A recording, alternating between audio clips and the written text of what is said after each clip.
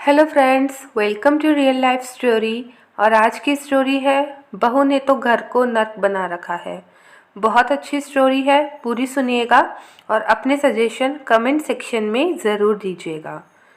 शिल्पा एक साधारण से परिवार में जन्मी हमेशा अपनी किस्मत को कोसती रहती थी। कभी स्कूल में नंबर कम या फिर कोई चीज़ ना मिले, उसका यही हाल रहता था। हमेशा हाय हल्ला मचाना, ससुराल जाकर भी उसकी आदत नहीं बदली। सुनीता जी उसकी सास हमेशा उसे अपनी बेटी की तरह मानती। अगर गलती से मुंह से कुछ निकल भी जाता तो लगती फिर किस्मत को कोसने, हाय मुझे ही ऐसा ससुराल मिला था, मेरी ही किस्मत खराब है। सुनीता जी से भी ये बात छुपी हुई नहीं थी, पर वह सोचती कभी न कभी तो शिल्पा की आदत बदलेगी। उसके इस हाय हल्ले की वजह से उसके पति को भी अनायास ही तनाव रहने लगा था। मनीष के चेहरे पर भी पहले वाली रौनक नहीं रही। सुनीता जी ने एक दिन बातों ही बातों में अपनी ननद को ये बात फोन पर बताई। तब सुनीता जी की ननद बोली, भाभी रुक जाओ, मैं आती हूँ, मैं बात करती हूँ शिल्पा से। तब सुनीता जी बोली, रहने दो जीजी, बेकार में घर की शांति भंग होगी। वह बोली, आप चिंता न करो भाभी, बिना बखेड़ा करे सब सही हो जाएगा। सुनीता कुछ दिनों बाद सुनीता जी की ननद आशा जी घर पर आई और शिल्पा को सही करने की मुहिम शुरू हो गई। आशा जी ने शिल्पा की माँ से बात करी और वह भी तैयार हो गई शिल्पा को सुधारने के लिए, क्योंकि वह भी जानती थी अपनी बेटी की इस हाय तौबा की आदत को। तो फिर आगे हुआ यूं कि आशा जी ने शिल्पा को बुलाया और कहा, बहू हम दोनों भाभी ननद कल तीर्थ पर निकल रहे हैं और भैया को कुछ दिन के लिए गांव जाना है और मनीष को तो पहले से ही दूर की मौसी की बेटी की शादी में जाना है। अब तुम देख लो यहाँ अकेले रहना है या एक हफ्ते के लिए मायके चले जाओ, वैसे भी बहुत दिन हो गए हैं तुम्हें मिले हुए अपनी मम्मी से। तब शिल्पा ने कहा, ठीक है बुआ जी, मैं अपने मायके हो आती हूँ। कुछ दिन के लिए मनीष उस दिन शाम को शिल्पा को मायके छोड़ आया और प्लान के अनुसार कोई कहीं पर नहीं गया था। शिल्पा जब मायके गई तब बुआ जी के कहने पर मनीष ने शिल्पा को पैसे भी नहीं दिए और उसे ऐसे बोल दिया कि थोड़ा हाथ टाइट चल रहा है तो एडजस्ट कर लेना।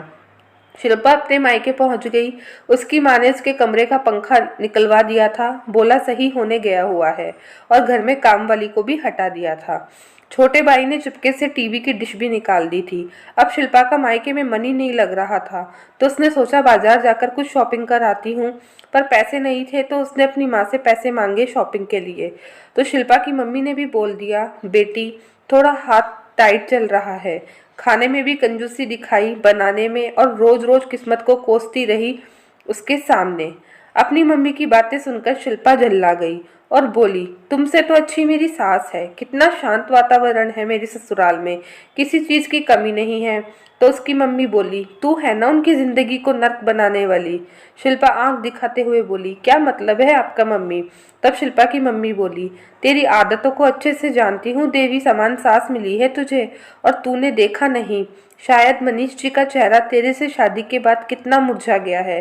जरा सी भी शर्म नहीं आती है तुझे, संपन्नता से भरे हुए घर में भी तेरे कारण अशांति रहती है। तूने पूछा है कभी अपनी सास सुनीता जी से कि वो क्यों दुखी रहती है इतनी। अगर उन्हें इतना परेशान करना है तो तू यहीं रह जा और इसी हाल में रह, तुझे वापस नहीं भेजूंगी। अपनी मम्मी की इन कठोर बातों को सुनकर शिल्पा को अपनी गलती का एहसास हो चला था।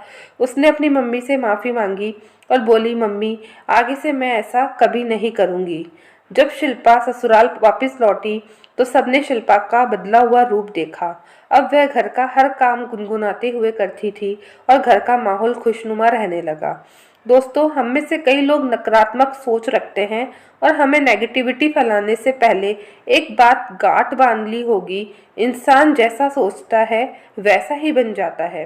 परिवार की भलाई के लिए, सुखी परिवार के लिए ज़रूरी है कि हम अपनी सकारात्मक सोच बनाए रखें, हमेशा पॉजिटिव थिंकिंग रखें, क्योंकि अगर हम नेगेटिव सोचेंगे तो हमारे आसपास सब कुछ नेगेटिव ही हमें मिलेगा। वे कहते भी तो हैं कि मन के जीते जीत है और मन के हारे हार। बिल्कुल सही बात है, ये आपके ऊपर डिपेंड करता है कि आप अपने आसपास कैसा माहौल रखना चाहते हैं। अगर आपको स्टोरी अच्छी लगी हो तो अपने सजेशन कमेंट सेक्शन में ज़रूर दीजिए।